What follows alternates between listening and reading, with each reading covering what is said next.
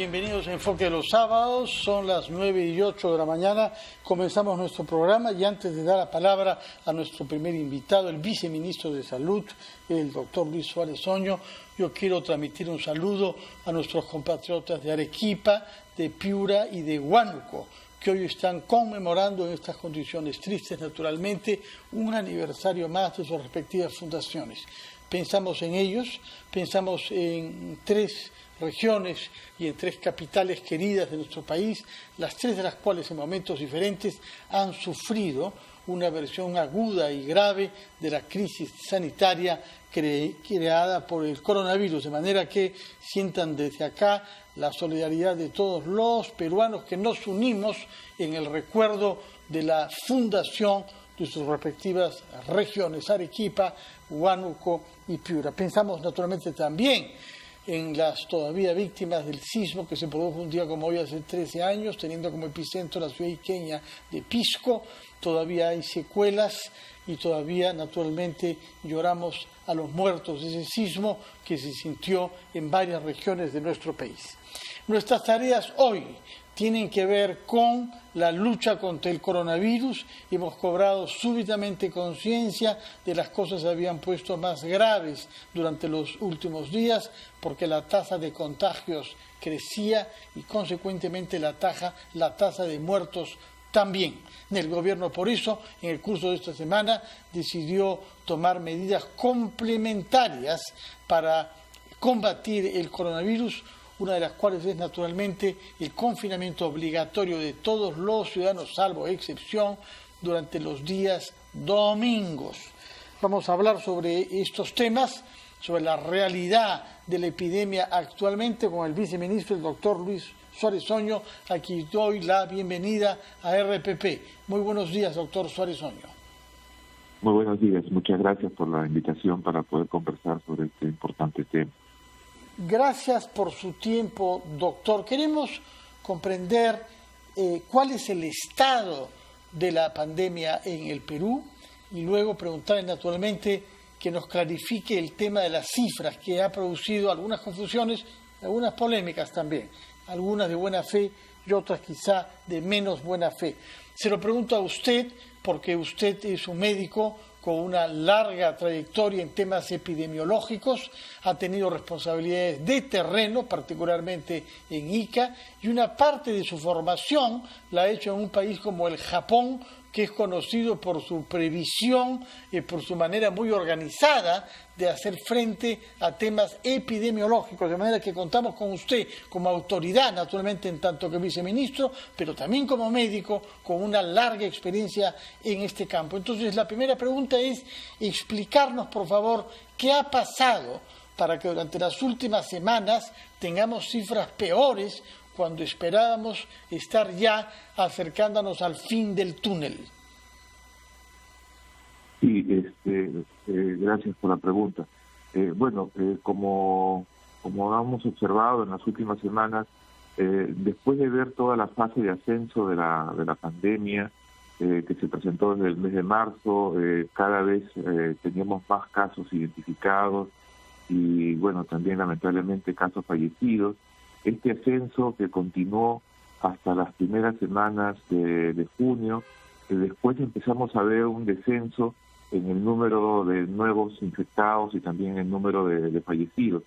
Sin embargo, a fines de junio, cuando el descenso estaba ya, en un franco descenso, incluso se informó por medios de que ya por fin la curva estaba descendiendo, y yo mismo lo dije porque era la información que nos brindaba el Ministerio de Salud. Se empezó a ver un nuevo ascenso, ¿no? La curva hizo como una U, empezó a subir de nuevo el número de casos fallecidos, el número de casos contagiados, y sorprendentemente esto se presentó no solamente en un lugar, sino en varios lugares del país.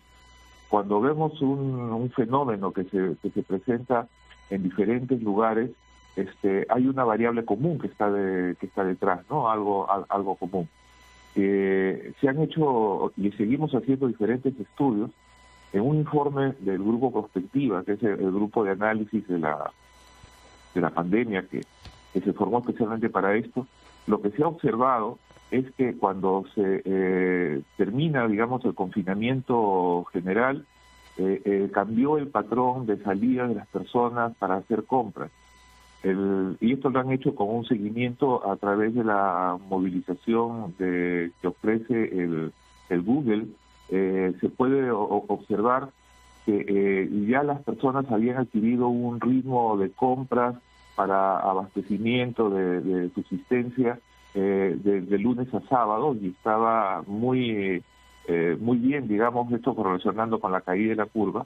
Sin embargo, después del levantamiento de las medidas estrictas de confinamiento, empieza a observarse un mayor número de salidas los días domingos, y presumiblemente son compras adicionales que no tienen que ver con la compra de subsistencia. Este dato, correlacionado con otro dato de que se empezó a observar un mayor porcentaje de niños que llegaban a los hospitales, y eso ha sido reportado no solamente por el Ministerio de Salud, sino también por el Salud.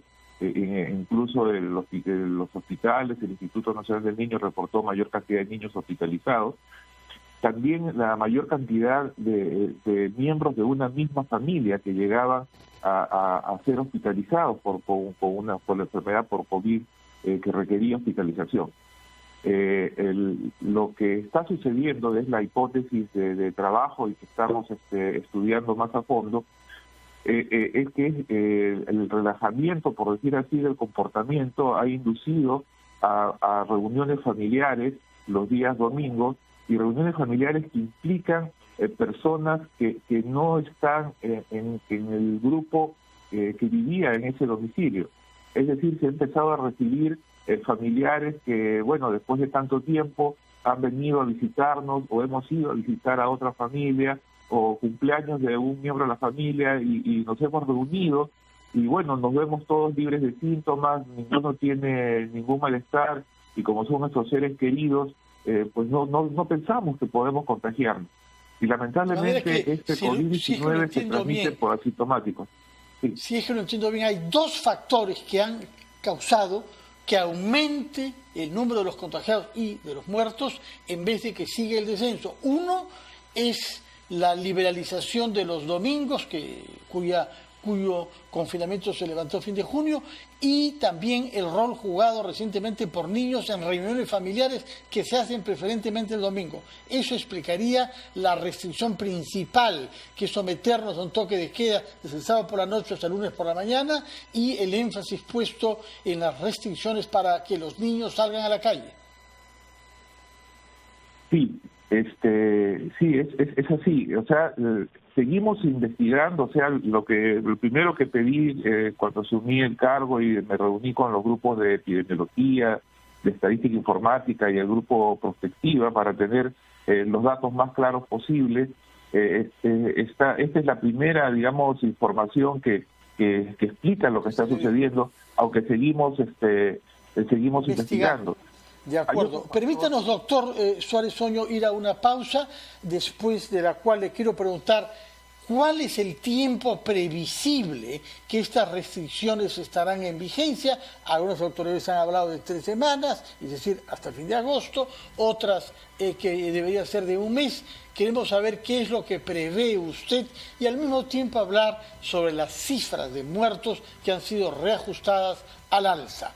Vamos a retomar nuestra entrevista con el doctor Luis Suárez Oño, viceministro de Salud Pública, después de una breve pausa.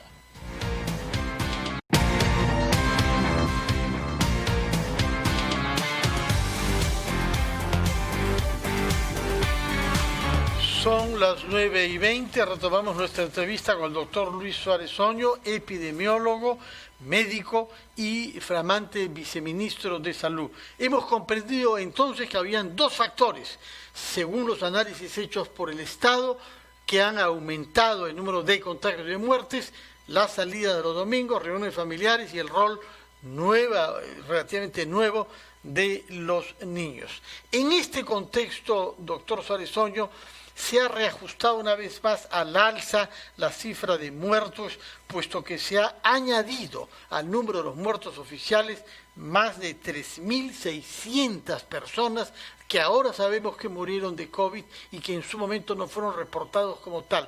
¿Por qué es que sucede eso? ¿Por qué los datos de los 8.000 centros de salud que hay en el Perú, que tienen pacientes diagnosticados de COVID, pueden no llegar de una manera correcta a la autoridad central del Ministerio de Salud? Sí, gracias por la pregunta. Es importante definir cómo es que se registra la información en nuestro país. Tenemos dos sistemas para el registro de un fallecido por COVID en esta pandemia. El primero es el sistema de vigilancia epidemiológica. El Perú tiene un sistema de vigilancia epidemiológica muy bueno.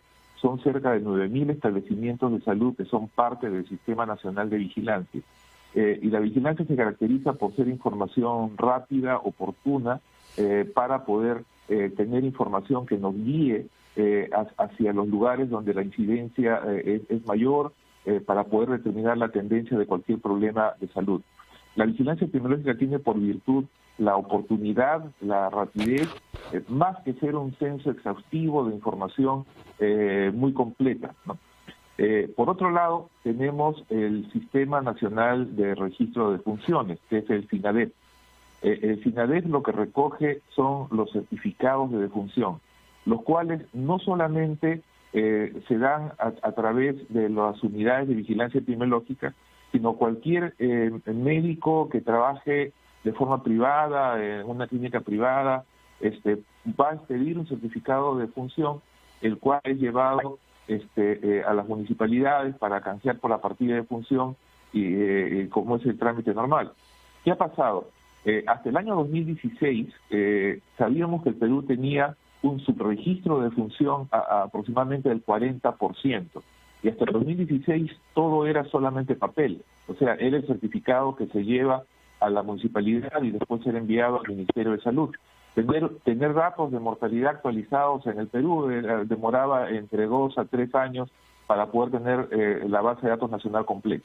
A partir del 2016 empieza el SINADEF, que es un sistema de registro electrónico en línea, desde el cual un médico a través de un aplicativo en su celular, en su computadora, informa en tiempo real las defunciones. Cuando empezó la pandemia, ya el SINADEF estaba instalado en la mayor parte del país, y esto permitió tener información a la misma velocidad que el sistema de vigilancia epidemiológica, rápida, pero con algunas diferencias. Explico las diferencias. En la vigilancia epidemiológica se han estado notificando las muertes las defunciones de las personas que han fallecido lamentablemente por COVID-19 con resultados de laboratorio confirmados, que es lo que nos permitía conocer cuántos casos fallecidos confirmados tenían. El certificado de defunción no tiene la necesidad de tener una prueba de laboratorio. El médico coloca COVID-19 o infección por coronavirus, SARS-CoV-2, o sea, pone un diagnóstico clínico en la certificación. Entonces, por eso teníamos dos fuentes de información, y en el SINADEF empezaron a aparecer mayor cantidad de funciones que las que tenía registrado el sistema de vigilancia.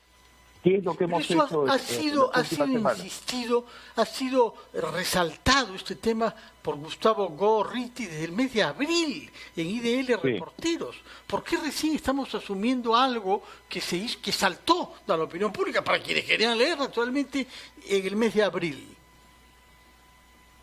Sí, no, es cierto, como les vuelvo a decir, no teníamos esas dos fuentes de información. Sin embargo, recordemos que el Perú es un país que tiene como primera causa de muerte las enfermedades respiratorias bajas, es decir, las neumonías. Es primera causa de muerte en el país, y todos los años en esta época de invierno, recuerden ustedes, salen los reportes del incremento de muertes por friaje, etcétera. Entonces, las que teníamos como muertes confirmadas por COVID eran las del sistema de vigilancia. Las otras, como es un cuadro neumónico, es muy similar al COVID, las teníamos en la solicitud de función. Pero le digo qué cosa se ha hecho. Para poder confirmar, lo que se ha hecho es un apareamiento, un matching a través del DNI que tiene el certificado de función, y se ha buscado en las bases de datos de resultados de laboratorio, sea por prueba molecular o prueba rápida, con el mismo DNI, y se ha empezado a identificar cuántas personas con certificado en la base SINADEP tienen también un resultado de laboratorio.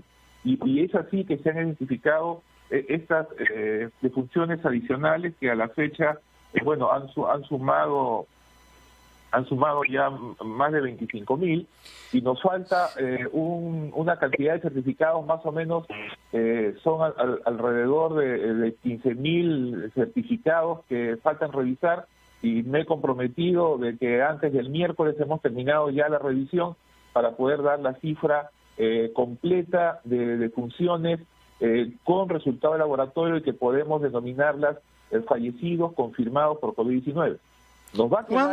¿Cuándo nos anuncia usted que podrá hacer pública esta cifra oficial total? Para el día miércoles de esta semana que viene. El día miércoles de la semana próxima sabremos entonces no que se aumente por etapas, sino el aumento total de los estudios hechos, de acuerdo. De todas maneras, ya sabemos que tenemos las cifras más graves de la región y sin duda una de las peores del mundo. La pregunta, doctor, es ¿por qué? ¿Por qué el desempeño de la lucha contra la pandemia ha conducido a estos resultados? Y quizás una variante de la pregunta, con un énfasis puesto en 5 regiones de la costa central y norte, porque la tasa de letalidad de las 5 regiones más altas son sin duda Lambayeque, Piura, La Libertad, Ancash e Ica. Son las únicas que superan el 6%. ¿Por qué es que en estas 5 zonas costeras la tasa de mortalidad es superior al de todas las otras regiones en el Perú? Sí, permíteme un comentario breve respecto a la comparación de que si Perú es o no el país con la mayor tasa de mortalidad de las Américas o el mayor tasa de letalidad. También estamos trabajando en este tema porque tenemos que ver de qué manera están registrando los demás países los fallecidos, si están haciendo una metodología parecida a la nuestra de tratar de identificar todos los fallecidos, o solamente están ellos utilizando los fallecidos confirmados por laboratorio y exclusivamente para poder identificar si son comparables los datos. Eso también lo sabremos el día miércoles, entonces, comparar nuestra metodología de contabilidad con la de otros. Ahora, respecto a la causa... Lo otro, tenemos que diferenciar lo que llamamos en medicina, en epidemiología, factores de riesgo. Los factores de riesgo son situaciones, son determinantes que incrementan la probabilidad de que suceda un desenlace. Entonces, diferenciemos factores de riesgo para enfermar o para infectarse y factores de riesgo para fallecer de una persona con COVID. O sea, una vez que se infectó, ¿por qué algunos fallecen más que otros?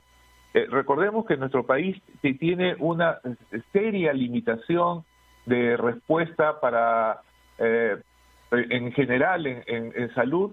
En general, no éramos un país que tuviera una gran oferta de servicios de cuidados intensivos o de hospitalización en general. Todos los que hemos tenido un familiar grave sabemos que es difícil encontrar una cama de cuidados intensivos en los hospitales del país, que era sumamente difícil encontrar cama para hospitalización, habían colas para hospitalizar un paciente, o sea, teníamos un déficit severo de capacidad de hospitalización en todo el sistema de salud, tanto el Ministerio de Salud como en Seguridad Social. Y la pandemia generó una gran demanda de atención en hospitalización general, así como en unidades de cuidados intensivos. A pesar que se ha crecido de manera rápida, de menos de 300 camas UCI a más de 1.500 que tenemos en estos momentos. Sin embargo, esto ha sido insuficiente para poder atender la pandemia. Una última pregunta, doctor Suárez Oño, excusándome naturalmente por la manera rápida como el tiempo corre. ¿Cuántas semanas piensa usted que será necesario mantener estas nuevas reglas de confinamiento, particularmente domingos? Sí, gracias por la pregunta. El tema es que si se han tomado estas medidas es por lo que hemos visto, que están incrementándose los fallecimientos y las nuevas infecciones en el país. Cualquier decisión se tomará en base a la situación epidemiológica en ese momento. El llamado que estamos haciendo a la población, o sea, para poder reducir el número de infectados y el número de fallecidos, depende mucho del cumplimiento de las medidas que se están implementando. El llamado que estamos haciendo es que veamos a la familia como la unidad de prevención. Uno de la familia que baje la guardia, que se exponga a riesgo, en realidad está sometiendo a riesgo a toda la familia. Cualquiera que salga, que se reúna con amigos o que vaya a una reunión familiar o que salga a otro lugar, puede regresar con el virus de manera sintomática y lo que vamos a ver son casos graves y fallecidos. Entonces, si todos tratamos de hacer lo mejor posible para ayudar a nuestra familia, para reducir el riesgo, y vemos que se observa una caída de la incidencia de infecciones, eso será un indicador que hemos adoptado medidas responsables, saludables, y que podemos pasar a una etapa nueva del control de la pandemia, donde se basa principalmente en nuestro comportamiento más seguro para evitar un contagio y no llevar el virus a nuestra familia. Muchas gracias por su tiempo, doctor Suárez Oño. Esperamos que los 3 domingos que quedan del mes de agosto les permitan a ustedes, autoridades médicas del Perú, sacar conclusiones y, en la medida de lo posible, levantar restricciones que producen también consecuencias que no son deseadas, ¿no? Muchas gracias por su tiempo y mis mejores deseos de éxito en su función como viceministro, puesto que sabemos muy bien de su larga experiencia en temas epidemiológicos. Muchas gracias y muy buenos días, doctor Luis Suárez Oño, viceministro de Salud Pública. Hacemos una pausa y vamos a hablar ahora con un médico y político, el presidente de la Comisión de Salud del Congreso de la República, el congresista Omar Merino. Primero, la pausa.